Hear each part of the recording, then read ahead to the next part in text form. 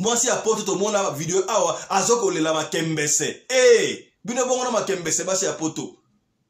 Na lobaka yango chaque fois parmi les faux, il y a aussi des vrais. Il y a des femmes on a poto on se respectera normalement comme il se doit. Wana pesimbote. Na maman Doris de Bundes, moi si aboya mbindo. Pour combien peut-être c'est propre rite en bamba na États-Unis d'Amérique. Basi parce qu'on l'a 15 fois. Basi on va respecter, basi respecter comme il se doit. Maman Charlotte Pigeon à Londres, il y a Ebi Kolamba. Combien il y a papa Ibrahim YL, président. Tu peux s'attendre dans Nzambé, Nyonso Nzambé, combien c'est que bien. Il y a des gens qui se respectent, papa, mais belé, karaboui, milinga milinga. On a la balate, na botate, soit divorce, pour ça divorce dans le bal, soit dans ma si, pour la